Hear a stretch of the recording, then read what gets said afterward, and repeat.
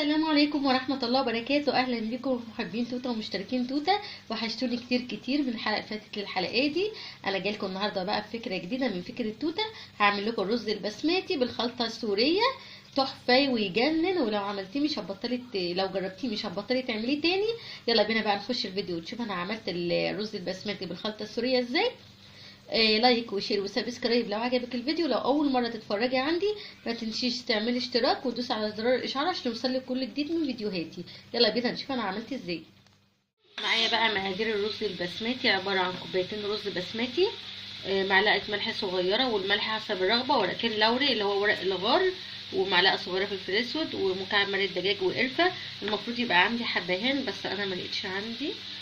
هحط الكوبايتين الرز بالشكل ده كده. اول حاجه هنعملها دي اول خطوه، والخطوه دي مهمه جدا. مش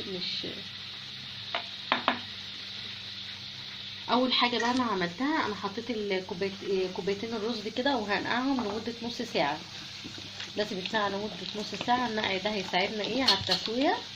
هغسلهم الاول كويس وبعد كده انقعهم لمده نص ساعه، عشان النقع ده هيساعدنا على التسويه بتاعه الرز البسمتي، لانه بياخد وقت وبياخد ميه كتير.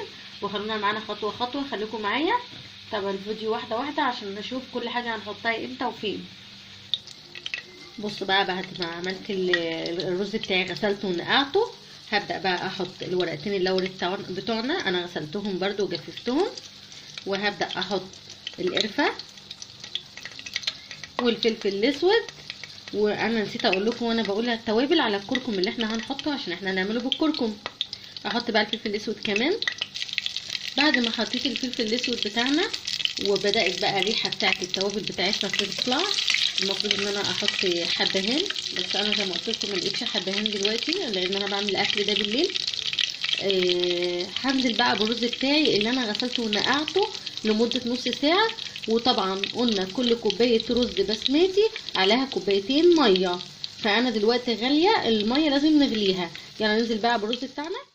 وادي الرز البسمتي بعد ما نزلت بيه بقى على السمنه والزيت بتاعتنا، هقلبه كده واسيبه شويه بقى يتشرب من كميه التوابل بتاعتنا اللي احنا حطيناها. لازم الرز البسمتي يتشرب من التوابل ويشبع منها خالص. وبعد كده بعد حوالي 10 دقايق كده هوطي بقى عليه النار، وبعد 10 دقايق كده هبدا احط الميه بتاعتنا.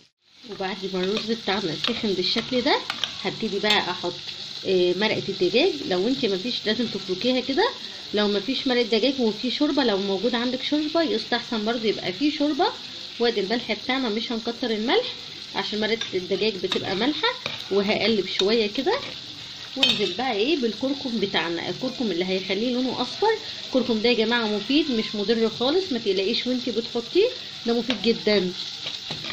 هقلب بقى حبه كده وانزل بقى بالميه بتاعتنا المغليه، اللي هي كوبايتين رز عليهم 4 كوبايات ميه مغليه. ادي الميه بتاعتنا، بسم الله الرحمن الرحيم.